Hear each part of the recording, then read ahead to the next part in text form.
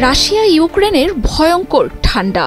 শীতকালে তাপমাত্রা নেমে যায় -25-30-এ। কিন্তু একদল আছেন যারা এই ঠান্ডাকে রীতিমতো তুচ্ছ করে দাপিয়ে বেড়াচ্ছেন যুদ্ধের ময়দান। তারা পুতিনের হিম যোদ্ধা, যাদের ভয় পায়। সব ভয় তুচ্ছ করে ভয়ঙ্কর শীতকে মারিয়ে রাশিয়ার বিজয় পতাকা তুলে ধরছেন আরও উঁচুতে। একদিকে যুক্তরাষ্ট্র সহ গোটা ইউরোপের শীর্ষ সামরিক শক্তিধরদের জোট ন্যাটো, আরেকদিকে রুশ প্রেসিডেন্ট ভ্লাদিমির পুতিনের বাহিনী। ইউক্রেন যুদ্ধ নিয়ে ৩ বছর ধরে এমন সমীকরণ চললেও পশ্চিমা জোট ন্যাটোকে দিশেহারা করে দেশটির ২০% বেশি অঞ্চল দখলে নিয়েছে রাশিয়া। তবে এই যুদ্ধের সবচেয়ে বিস্ময়কর খেলা দেখিয়েছে রুশ সেনা ও তাদের যুদ্ধের কৌশল। ৬৫% পর্যন্ত বিদ্যুৎ বিল সাশ্রয় করে আপনাকে রাখে প্রশান্তিতে। ওয়ালটন ফ্যান হাওয়া বদলে দেয়। শীতকালের দীর্ঘ সময়টা যেখানে ইউক্রেনের জন্য এসেছে দুঃস্বপ্ন হয়ে, ঠিক সেই সময়টাতেই যুদ্ধের মোড় ঘুরিয়ে দিয়েছে রুশ বাহিনী। শীতকালের যুদ্ধের জন্য রুশ সেনাদের দক্ষতার সাথে অন্য কোনো দেশের তুলনা চলে না বলে জানাচ্ছেন বিশেষজ্ঞরা। বরফের স্তর, পিচ্ছিল রাস্তা বা তুষার ঝড়ের মতো প্রতিকূল কোনো পরিস্থিতি রুশ সেনাদের গতিরোধ করতে পারে না। সব সিজনের জন্যই নিজ বাহিনীকে সমান দক্ষতায় গড়ে তুলেছেন রুশ প্রেসিডেন্ট পুতিন।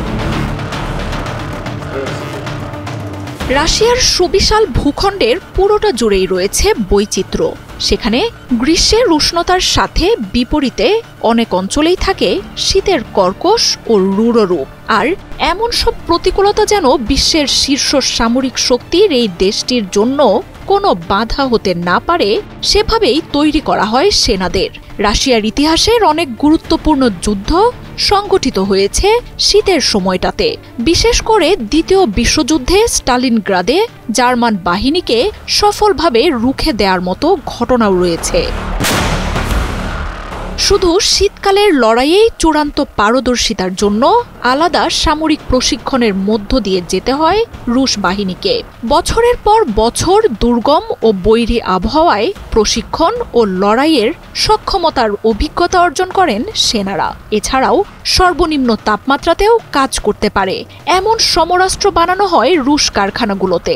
কঠোর প্রশিক্ষণ, বিশেষ ডিজাইনে বানানো অস্ত্র ও প্রস্তুতিতে সবচেয়ে কঠিন আবহাওয়াতেও শত্রুপক্ষের সামনে অপ্রতিরোধ রূপে হাজির হয় রুশ সেনারা। আর রুশ সেনাদের এমন অদম্য মনোবল শুরুতেই প্রতিপক্ষের মনোবল ভেঙে গুঁড়িয়ে দেয়। এমনকি উত্তর মেরুর যে আবহাওয়ায় সাধারণ মানুষের টিকে থাকারই সম্ভাবনা নেই, সেখানেও রাশিয়ার সামরিক বাহিনীর সেনাদের পাঠানো হয় অনুশীলনের জন্য। তীব্র ঠান্ডা আবহাওয়ায় দিক নির্ণয়, লড়াই ও বেঁচে থাকার পদ্ধতি শিখতে হয় তাদের।